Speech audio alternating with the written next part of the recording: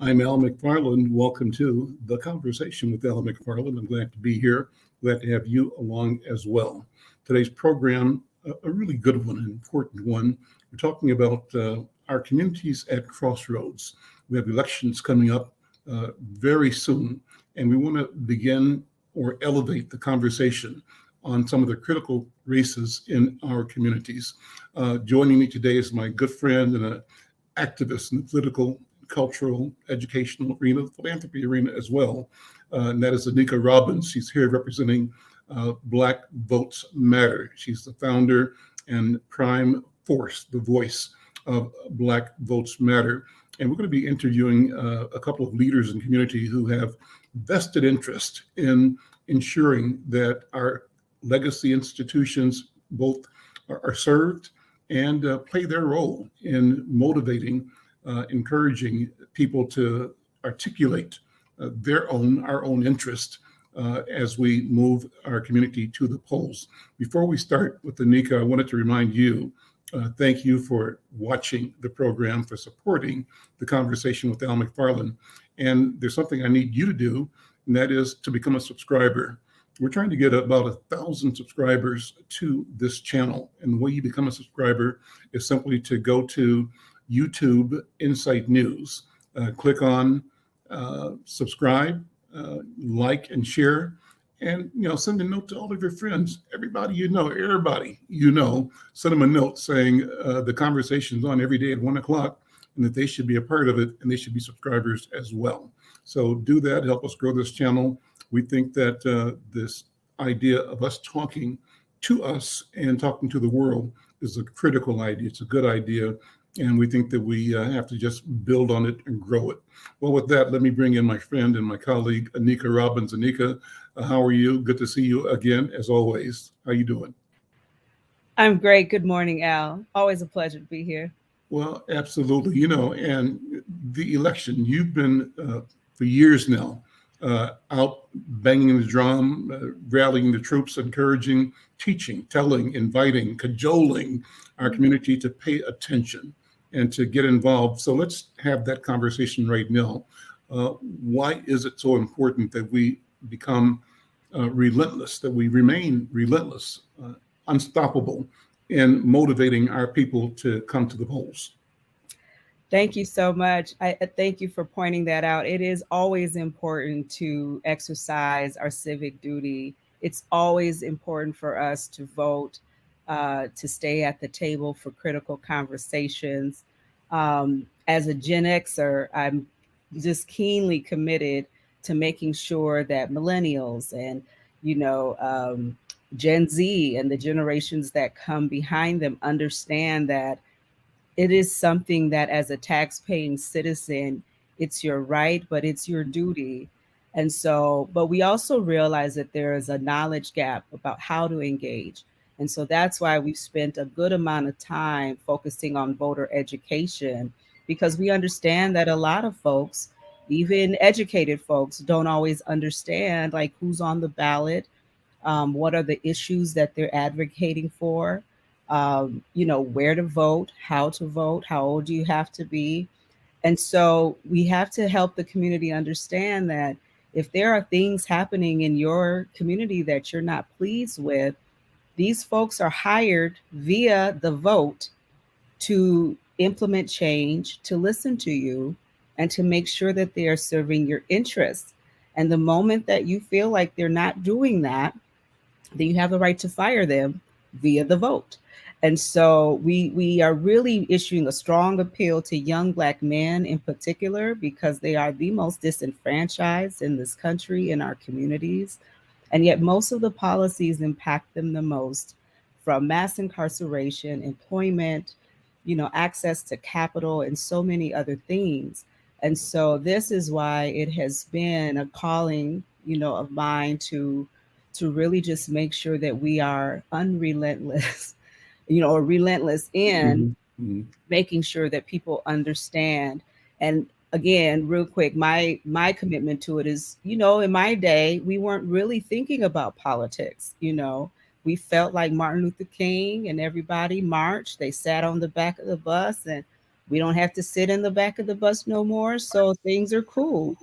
But one thing we have to remember is that there are folks who may be voting against your interests, who are working 2 a.m. holding meetings, making policies, changing laws that affect you. So while you're sleeping. So it's important for us to stay woke for real. Well, let's dig in a little bit. I'm glad you talked about back in the day, Mhm. because there was a time, and sometimes we hear it still, Mhm. where our community says it's divided, describes itself as divided. It's us versus them. It's the new people versus the old people, the young Ah, versus the old. mhm. And we are all familiar with the Willie Lynch story of how Yes. we keep Black people divided and therefore suppressed. Mhm. But how do you describe the generational shift? And I'm saying that recognizing that I'm speaking as an elder, Mhm. but I'm recognizing your movement Mhm. in my direction, right? I'm Yes, I have recognizing embraced my your, impending elderhood. your movement in my direction. And so, given that we are a generation apart, a little bit more than that maybe, Yeah. but we both are committed to the same vision, the same idea. How do you assess how we've come through and how we must come through, not being sidetracked by false ideas, by ideas that tend to um, discourage, Yeah. distract, Mhm. and neutralize our power? What do you think? Yes, I think that's a very important question. And as you know, Al, everything I do is deeply rooted in our ancestral wisdom and culture. And our culture has always been intergenerational. We've always moved as a family unit. We've always moved as a community.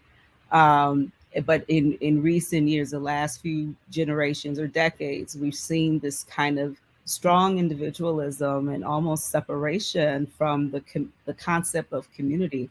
I don't know if we have upper mobility to blame for that, but I'm here to tell people unequivocally we need our elders and our elders need our youth. There's a lot of shared knowledge that needs to be exchanged.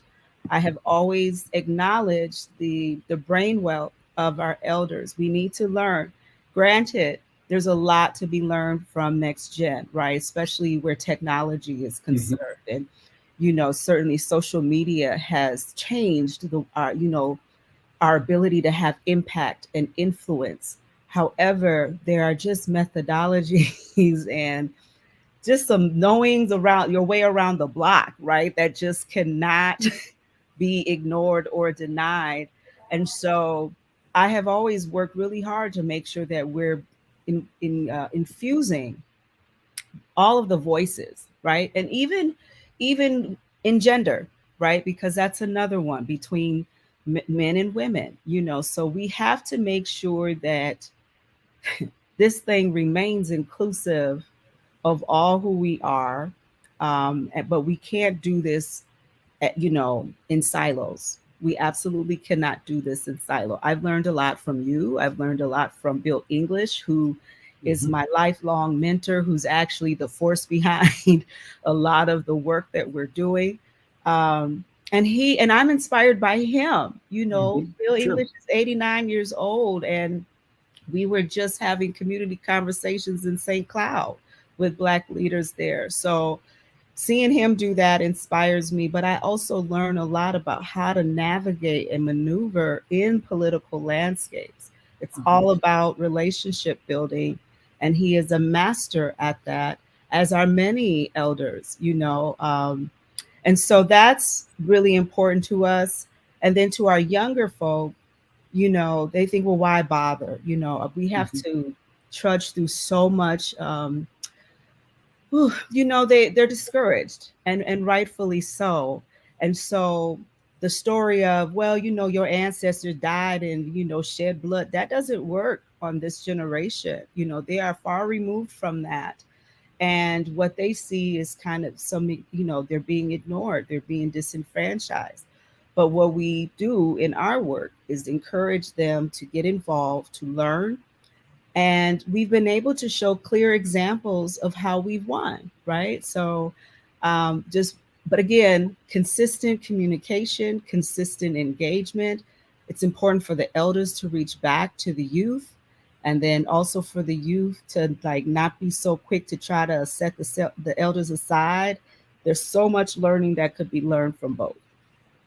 Let's bring in Scott Redd, who leads one of the legacy institutions in Twin Cities, and that's Sabathani Community Center over in South Minneapolis. And Scott, thank you for being here. And I want you to just jump in and talk about the question of legacy, the question of institutional memory, and the question of how we create legacy institutions that support quality of life, a vision of freedom, a vision of completion, fulfillment for individuals and for family. Institutions that also stand as, a grand umbrella when we're in this torrential rain of, disinformation and deception that the society sort of pours on us. But institutions like Sabathani have for the longest been bulwarks in providing a structure and a strength and a capacity for our people to survive and to move towards thriving. Scott Redd, welcome to the conversation. Thank you, Al. Appreciate the invitation to be here.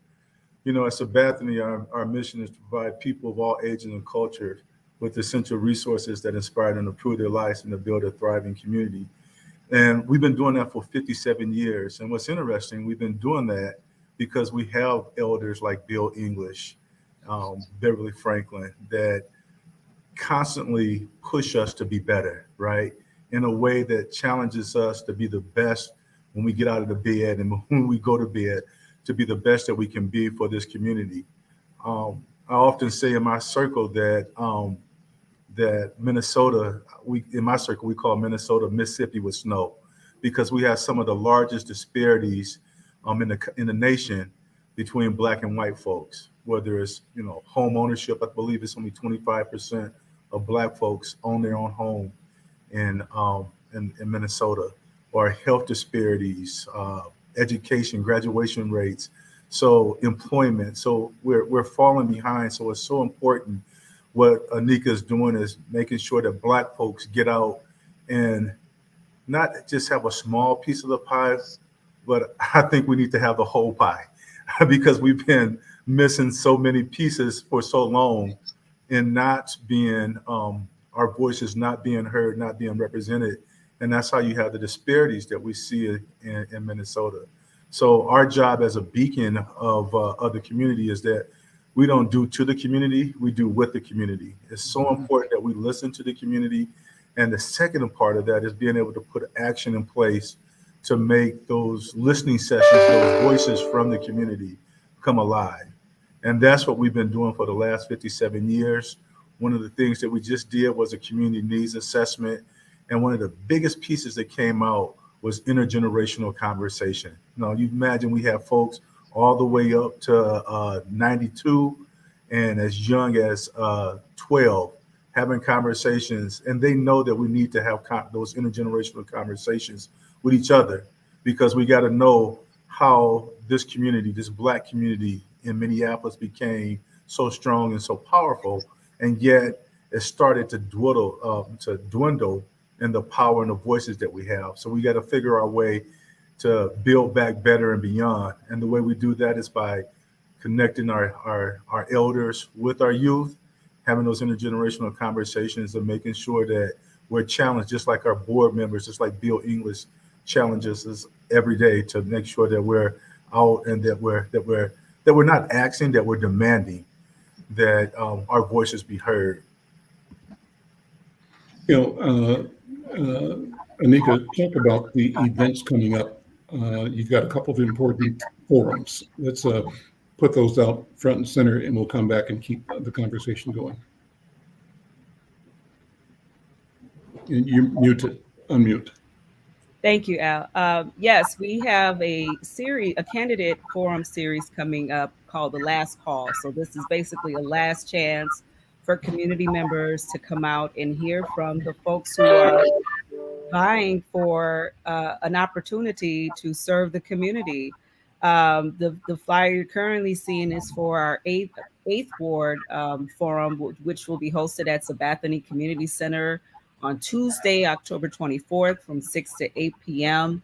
But the day before that will be in the fifth ward at UROC from 5:30 to 7:30, and we'll be talking with Jeremiah Ellison, the incumbent, as well as Victor Martinez, who is, going for that seat as well. And then we have a Ward 4 forum coming up on Thursday, October 26th.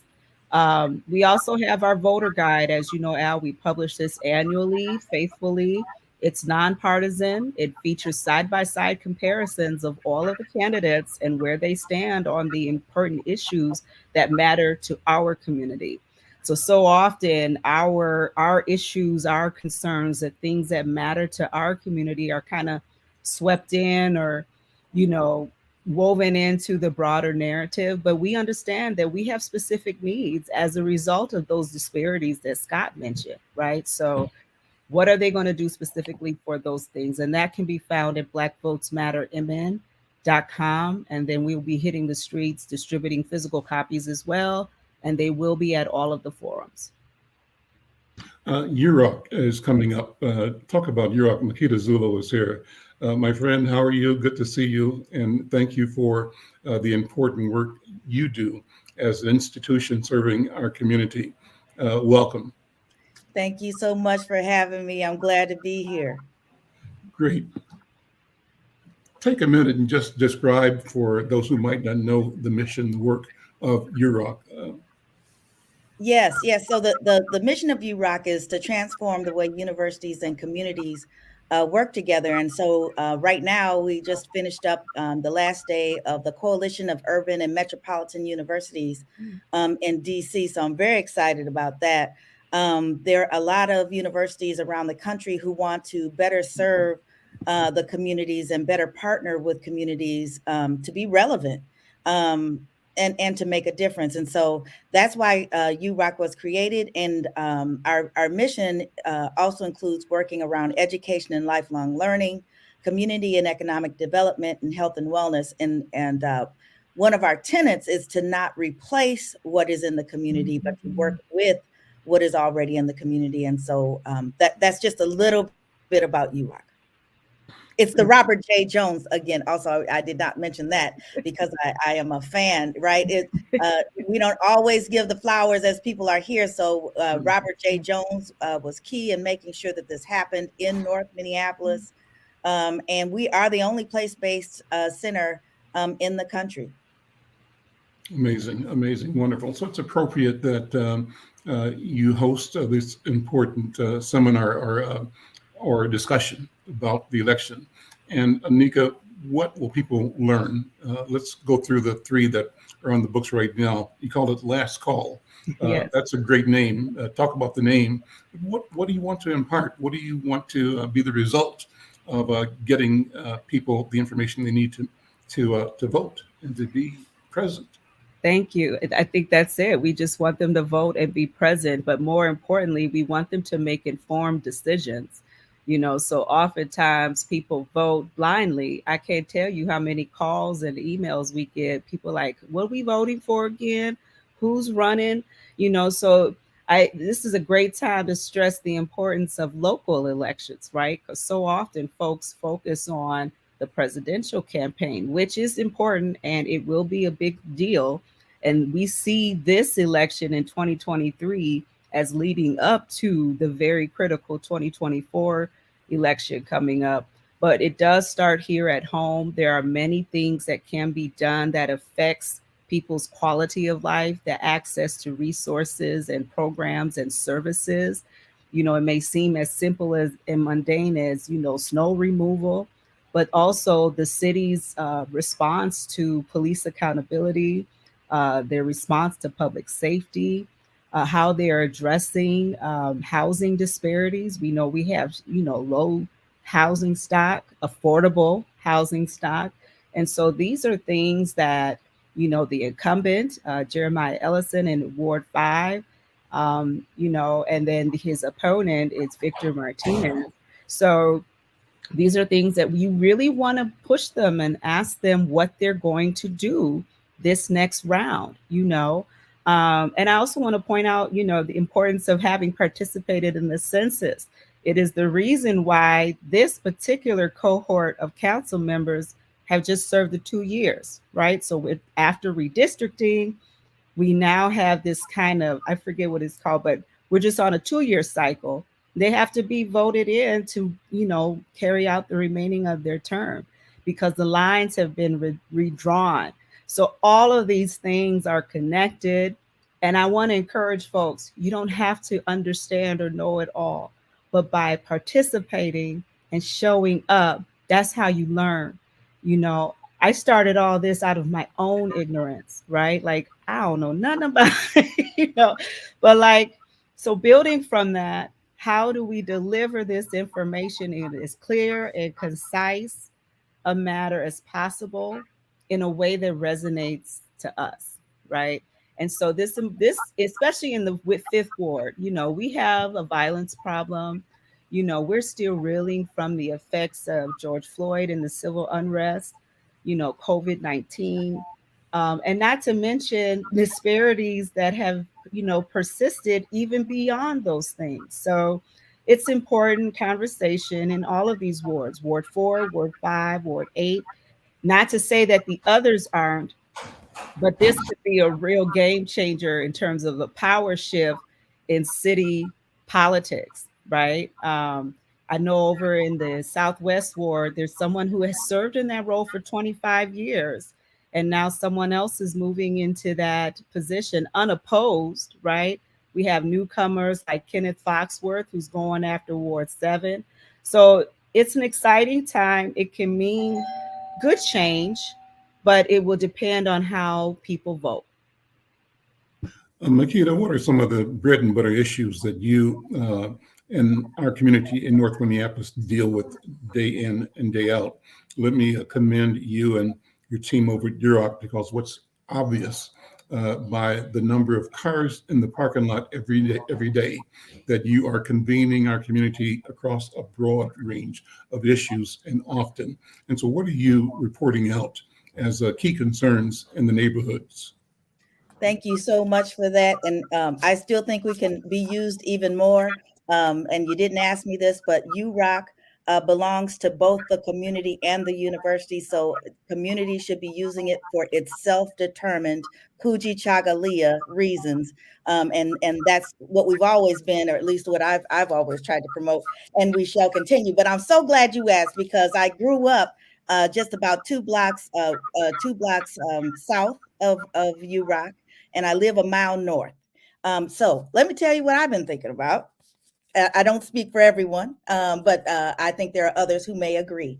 And you're right, Anika, you don't have to be an expert, but you are an expert in what is important to you. And so that's why you show up at these forums and you ask the questions that make sense to you. So support for health and wellness initiatives that support issues that face this community, like diabetes, infant mortality, and addiction.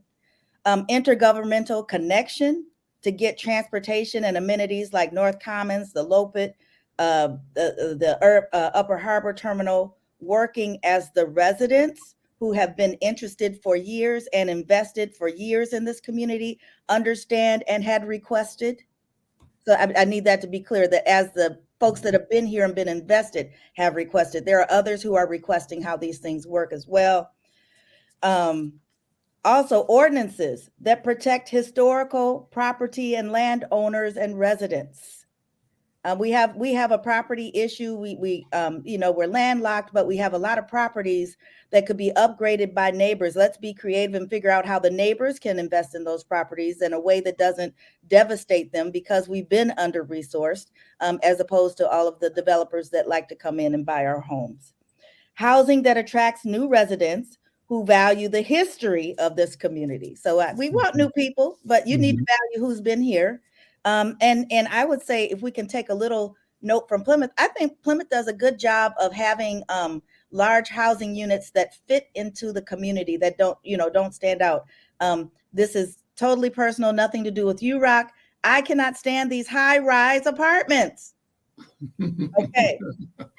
All right. We need infrastructure and upgrades with some imagination for the roads. And when I'm talking about infrastructure, I mean roads. I mean technology that benefits differing abilities, broadband innovation, a model that is done in conjunction with small town and rural communities. You know, they're always pitting us against one another. Let's try an initiative that works with 3 different communities doing the same thing. And, you know, Anika talked about this a long time ago, that Black folks need to get out of here. And I had a chance to visit Paris recently. Mm. And I know we think of it as a romantic city, but I'm gonna tell you what I learned about Paris. I can get on a train and get anywhere, and it's safe and it's clean, and I don't have to have a car. All the cars there seem to be don't seem to have emissions issues. I thought that the US was on the cutting edge. We are far behind, and maybe Minneapolis and St. Paul could be on the cutting edge of transportation. Who knows? Takes a little imagination, but why not put it out there? Accountability for hiring Indigenous, Black, and Brown, and those in poverty. So, you know, when we talk about snow removal and talk about these roads, I get frustrated. But every time, I'll put it on a positive note. Every time I see a Black man on a job, or a Black woman, or a Latino, or an Indigenous person, and I can't tell you if I've ever seen an Indigenous person on these jobs, I get excited and honk my horn. Because why are other people benefiting and filling their pockets and taking tax money into their communities to build ours? And then an overhaul of city employees who see this as an issue. You know, I don't think it's the folks at the top or the elected officials that are the problem. I think it's some of our city employees, and we need to figure out how to get rid of those folks. This is Makeda, not speaking for the University of Minnesota. All right. And what's working well? Because I also want to say, what is working well that we can keep working on? This cultural district work has been fantastic. I know it's still developing, so we don't see the full results of it. But we are taking control of our community in a way that puts money in our pockets, in the community pockets. So at least money can circulate about 3 times in our community. So I'm excited about that. We can look in the Camden area, West Broadway, along Plymouth Avenue, looking at North High. Devin George building this, you know, manufacturing unit. These are all good things, and those things should continue. I am a part of Black Women Rising that supports we support Black women who are running. I'm also on the board of Women Winning, and usually that has nothing to do with city council. However, it has to do with city council values. So if your values do not align with mine, I am not looking to support. So those are things I'm thinking about. You mentioned Just a little bit. I'm sorry. You mentioned that you were born 2 blocks south and you live a mile north. Talk about the neighborhood from your being a child of North Minneapolis and your vision that you've just shared, your analysis you've just shared about what the challenges are at the moment. But contextualize this. When you were a child, what did you envision for yourself and our community? Have you been disappointed, or have you been experiencing a sense of steady progress and fulfillment, or somewhere in between, or neither? What do you think? I would say somewhere in between. I don't know that I envisioned anything, because I felt when I was growing up, I felt it was a beautiful place. So I wasn't seeking anything. In my block, just my block from 12th to Oak Park on Newton Avenue, we had a 4-plex, we had single family homes, we had duplexes, we had renters, we had homeowners, and we had a large apartment complex. All those existed on that same block. We had single parents, we had 2-parent family homes, we had just adults living with themselves, folks that had dogs, folks that didn't, and then our family who had every animal you could conceive of, right?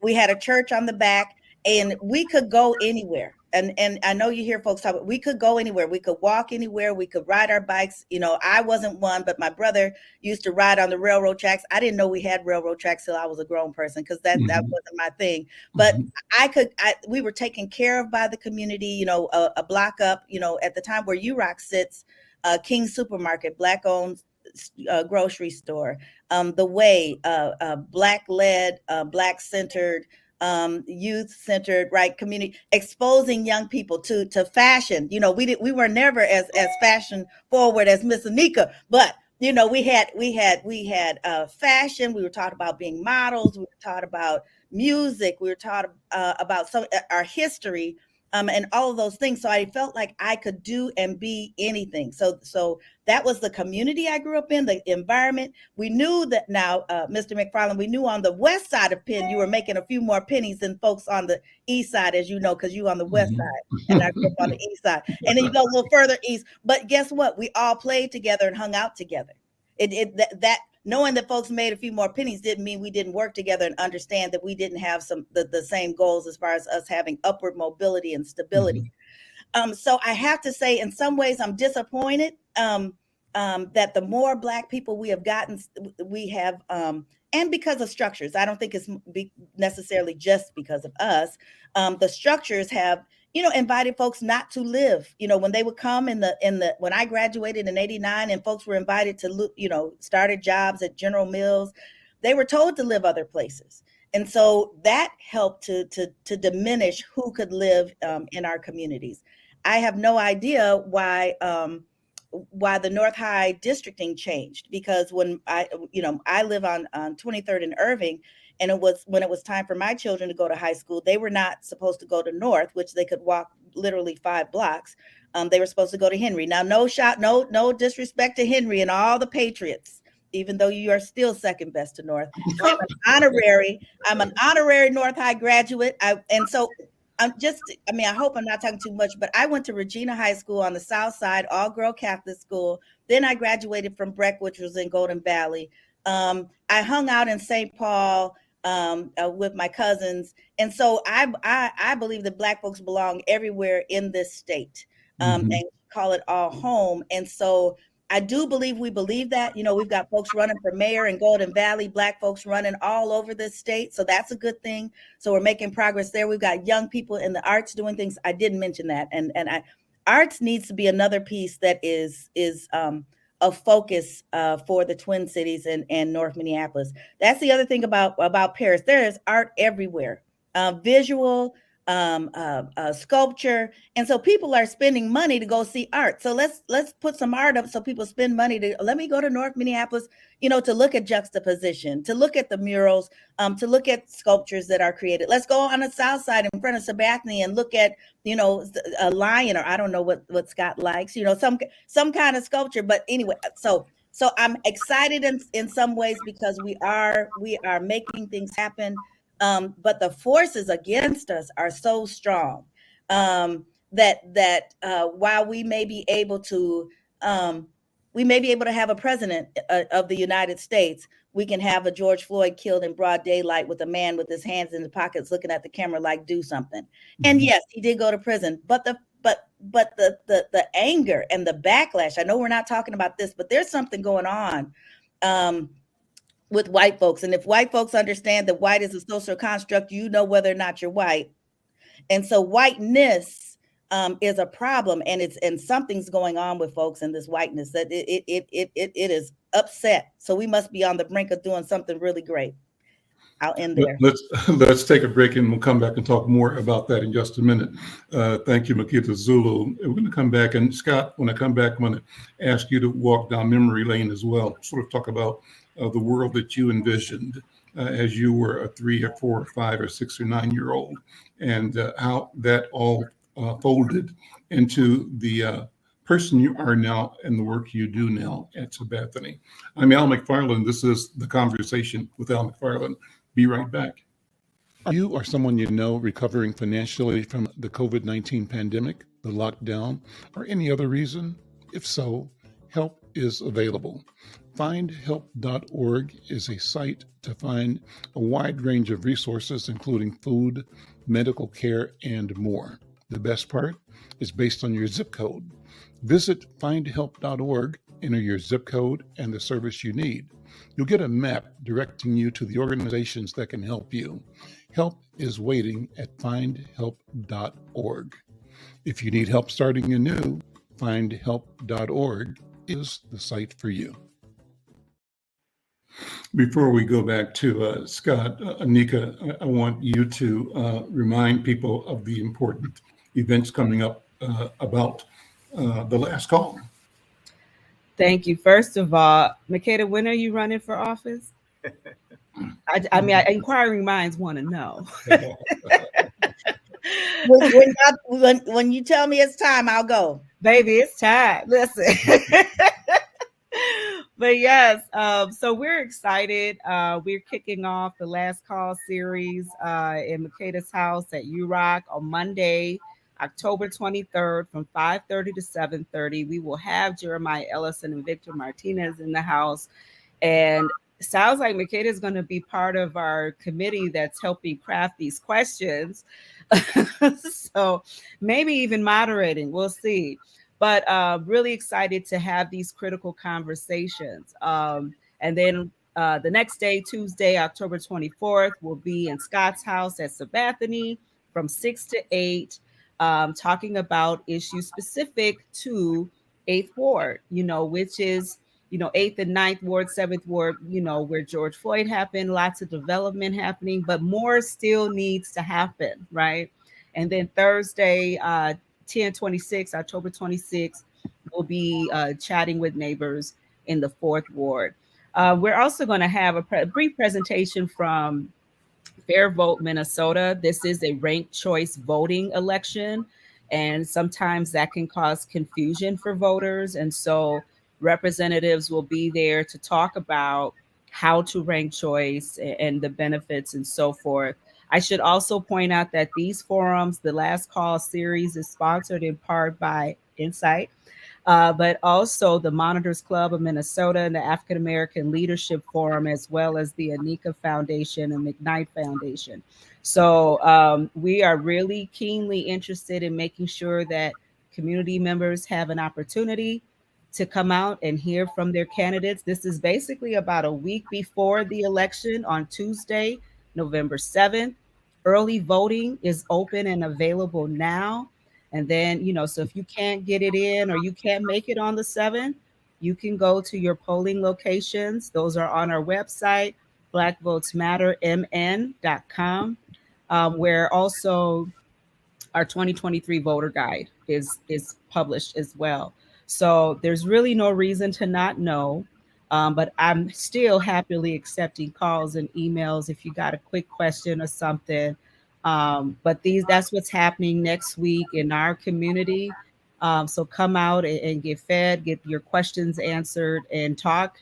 Put it to the candidates and make sure, sometimes we get a celebrity, right? Like kind of starstruck, but candidates are folks from our communities who they step into this role to serve and solve problems. At least that's our hope.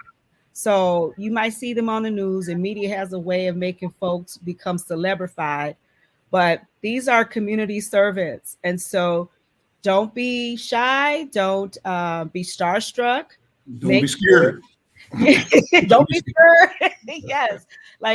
Come out and ask these questions and hold them to it. And one of the things that we'll be looking at doing is how do we hold folks accountable, right? So conversations like these are important because we could go back and say, hey, on Monday 23rd on the Conversation with Al McFarlane, we raised these issues. Residents of the community want to know what you're going to do about housing, so what have you done and what do you plan on doing? So it's important to not just get them in and walk away, but to stay at the table and to stay in conversation with them. And if they're not returning your calls or emails, you need to call them out. There you go. Scott, I see you nodding your head over here. Jump in the conversation and do a variety of things while you got the microphone. One is tell your personal story. Who are you? Whose shoulders do you stand on? And what brings both the passion and the drive to serve your community and your profession. And then as Makeda, and you've done this already, but do it again, outline the challenges in the community that must be addressed, that we must address, and that one of the ways we do that is by selecting and supporting effective leadership at City Council. Therefore, we invite and encourage and demand that we all show up to express our voice, our vision through our vote. But Scott, go ahead, brother. Sure. So I was born and raised in Waterloo, Iowa, about 3.5 hours away from here. And I would say we always, when people ask, about, we've been talking about equity for a long time. So what our community wanted back in Waterloo, Iowa is the same thing I think what every community wanted. We wanted to have the same things and more that we saw that what other folks had across the railroad. So very segregated town. I lived on the east side of town in Waterloo, Iowa. Our biggest employer was John Deere, and my father was an electrical engineer at John Deere. And I tell a funny story. I'm the youngest of 3 boys, and so when my oldest brother graduated from high school, my father called him into his room, and I remember listening. He said, "Tony, you're my oldest son. You're my smartest son. You're gonna do great things in this world. Make your family proud of you." And my brother went off and he became a electrical engineer, much like my father. My middle brother, he graduated from high school. He was 2 years older than me. He said, "Mark, you're my middle son. You're my smartest son. You're gonna do great things in this world. Go off and make your family proud." He became a chemical engineer. And I came in, he was like, "Scott, after my graduation, I'm all happy." I'm like, I know the speech. I know what he's gonna say. So he called me into his room. He said, "Scott, you're my youngest son. You're not as smart as your brothers." You're gonna have to work hard, but you're gonna make your family proud of you. And I tell that story because that whenever we get together, I tell that story all the time when my brothers and my father get together. My mom has since passed, but I tell that story because it really put a drive in me to be the best that I can be. I'm naturally competitive. I came to Minnesota in 1987 as a student athlete. I played football at the University of Minnesota and majored in electrical engineering and have an engineering degree here from the University of Minnesota. But what really inspired me to be the person that I am is my background and my upbringing. I remember I felt isolated at the University of Minnesota because so many of us was trying to fit in with them. And that's just who that's in Waterloo. That's not who we are. We're proud to be Black men and Black folks and be Black, to have a Black voice. So I struggled my freshman year at the University of Minnesota, struggled so much that I remembered I called my mom. I said, "Mom, I want to transfer. I want to come back home and go to the University of Iowa, play football there and get an education there." And my mother, who doesn't like change, never drove on a highway, jumped in her car. Now, I said it's a 3.5-hour drive from Waterloo to Minneapolis. It took her 7 hours to drive here, but she drove up here that next morning, and did a little research and took me over to North Minneapolis. So I'll say a lot. North Minneapolis really kept me and saved my life, because she took me over to Phyllis Wheatley and Bethune Community Center. And I started volunteering on the off season because I was pretty good in math and science. And I started volunteering over there, working with young kids and watching that light go off. And I remember telling my father, I was like, "Dad, I don't think that I want to be an engineer." I said, "I want to do something in education. I want to do something working with the community." And my father, who was from Florida, looked at me and said, "That's something you do in your pastime. That's a pastime. You're gonna be an engineer like your 2 brothers. Remember, I told you to work hard." But so I went ahead and I got my engineering degree. But I just always knew what I wanted to do. I like this. Instead of solving the problems of energy and the problems of engineering and designing engineering problems or solving those problems, I like solving problems that happened in the community and what was going on in the community. And given that North Minneapolis was a place where I felt home and made me feel whole and make me feel like I was back in Waterloo.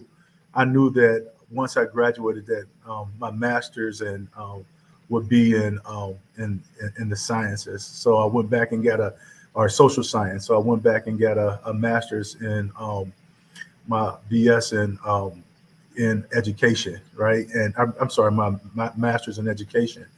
And I've been doing that ever since. I've been working in the community ever since then. I actually worked with Makeda when I was at the University of Minnesota in the African Americans, African Studies Department. And that's just who I've been grounded. That's the work that I've been grounded in, working with the community and looking at how do we become social engineers to looking at the complex issues that our communities face and how do we solve them together. So that's what I've been doing. I've worked as a chief operating officer at Aon, which is an affordable housing developer, who try not to build those big buildings that you talk about, Makeda, but given that the affordable housing is so prevalent and needed in this city, I worked there, and then came over here at Sabathani. And the things that I see that our community, and again, because we do with our community and not to our community, we always say that we have, that we have four great assets. Over 150,000 people a year come through these doors at Sabathani, and we own 5 acres of land in the city. I think, from what I hear, we own more land. We own more land and property than any other Black community center. So that's important. It's 188,000 square feet. And what I constantly keep hearing from folks in our community, is about that equity work. They want to know, how do we elect candidates that, promote health and wellness, right? Increase, the quality of life and improve health outcomes in our community. We have an apartment complex, a senior apartment complex for 55 plus. And I was surprised that about a third of them are using walkers and canes to get around. And these are folks who are, 55, 60, 65. That's still young, so changing those health disparities, working with folks like at United Healthcare, the Catalyst program, to change those health outcomes. So one is promoting health and wellness.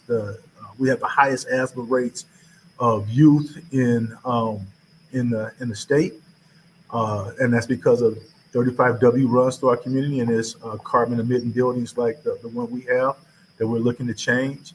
And then it's also about the second thing I would say is increasing economic prosperity.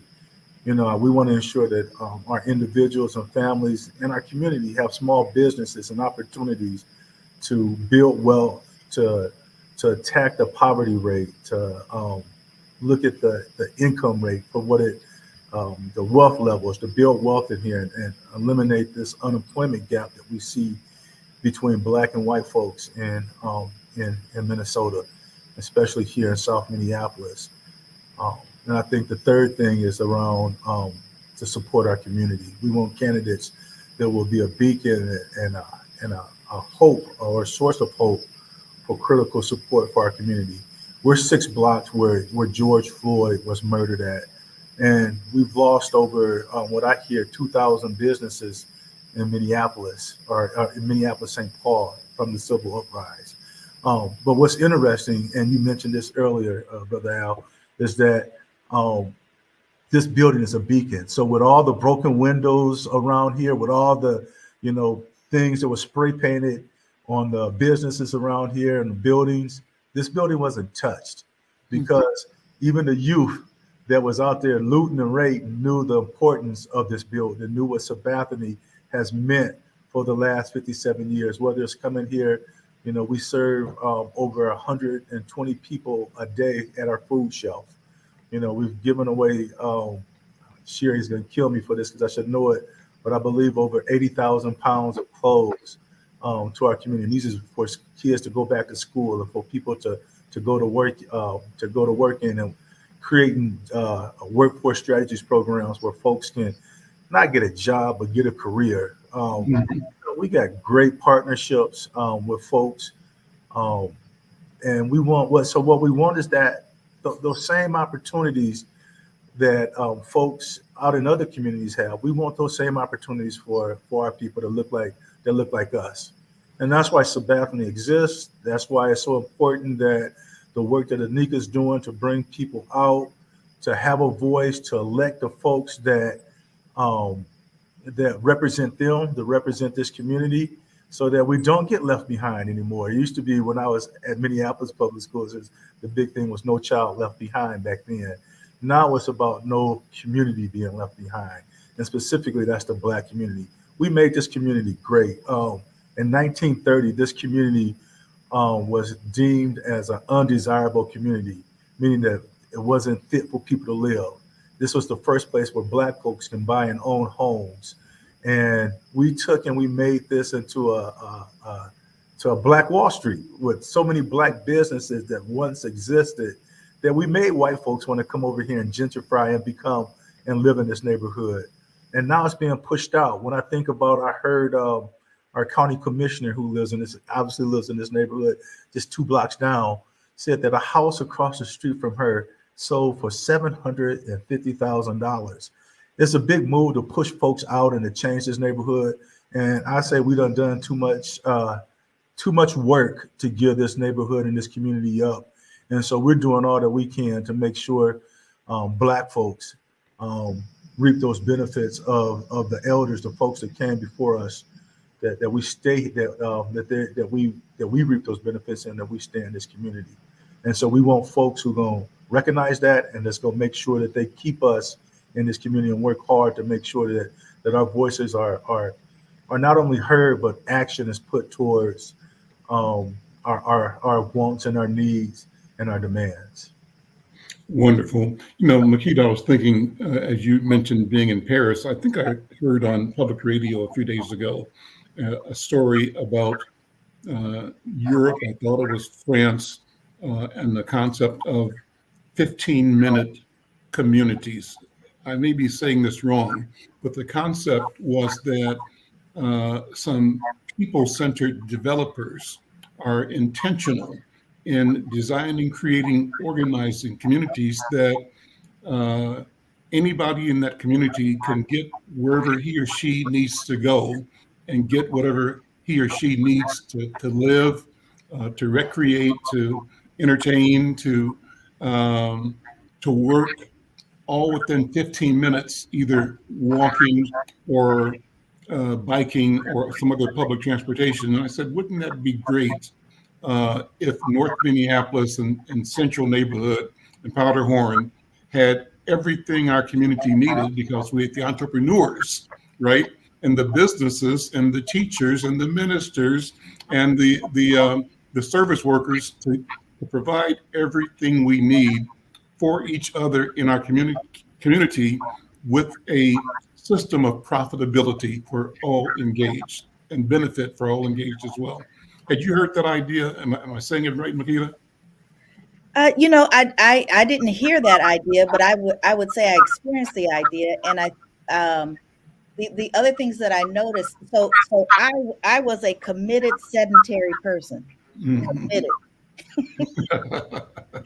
And I messed around, and I've been hanging out with folks that believe in biking and walking and running. And so, that circle is also important. So we can pull each other up. So these are Black folks that like to bike, like to run, and hanging out with those folks. So when we got there, it is a very walkable city.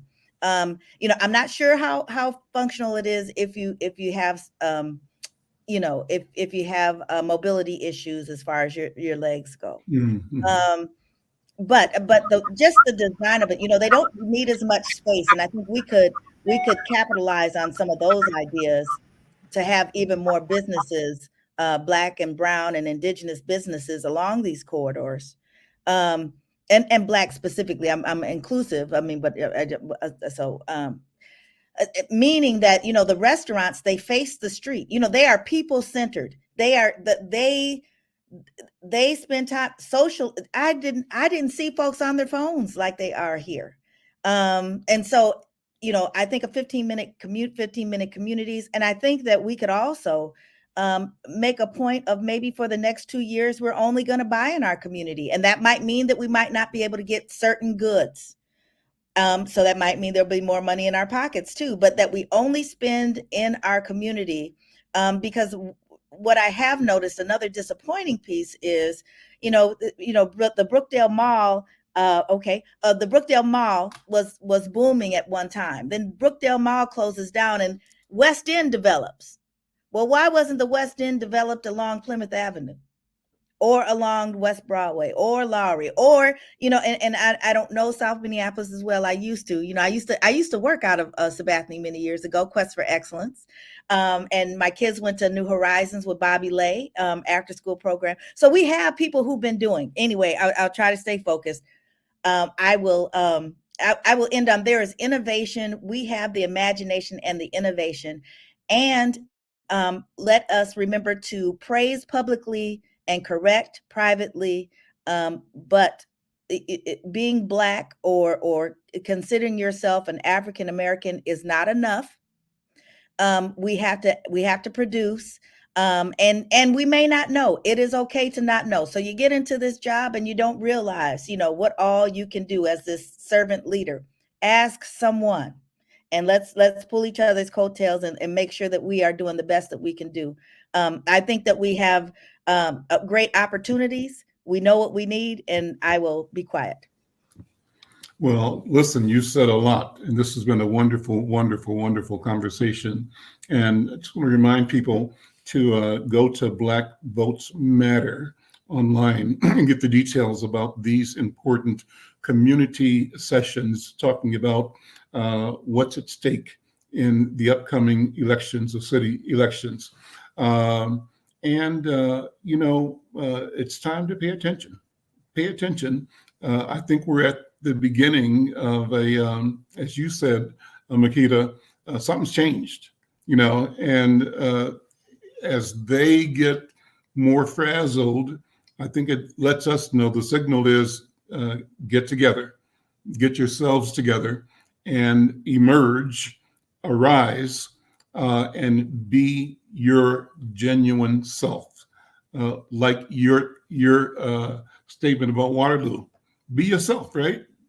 Don't try to fit in, change the deal, and have the rest of them follow your direction, your lead.